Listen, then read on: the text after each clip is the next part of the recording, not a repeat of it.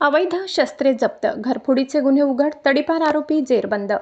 नाशिकच्या मुंबई नाका पोलिसांच्या गुन्हे शोध पथकाने तडीपार आरोपींविरोधात विशेष मोहीम राबवत अवैध शस्त्रे जप्त करून घरफोडीचे 2 गुन्हे उघडकीस आणले आहेत.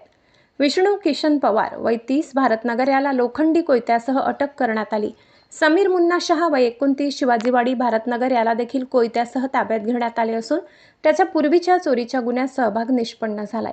नंदिनीनगर येथील घरफोडी प्रकरणात वसीम अब्दुल रेहमान वय 27 शिवाजीवाडी भारतनगर याला अटक करून चोरीचे 2 मोबाईल जप्त करण्यात आले. दुसऱ्या घरफोडी प्रकरणात तौफिक हसन शहा वय 19 भारतनगर याला अटक करण्यात आली असून त्याच्याकडून 1100 रुपये रोख व 3 मोबाईल फोन असा 24,100 रुपयांचा मुद्देमाल हस्तगत करण्यात आलाय. ही कारवाई वरिष्ठ पोलीस निरीक्षक श्रीनिवास देशमुख यांच्या मार्गदर्शनाखाली सहाय्यक पोलीस निरीक्षक ज्ञानेश्वर मोहिते यांच्या मुंबई नाका गुन्हे शोध पथकाने केली आहे. महाराष्ट्र माझा न्यूजसाठी मुख्य संपादक जनार्दन गायकवाड, नाशिक.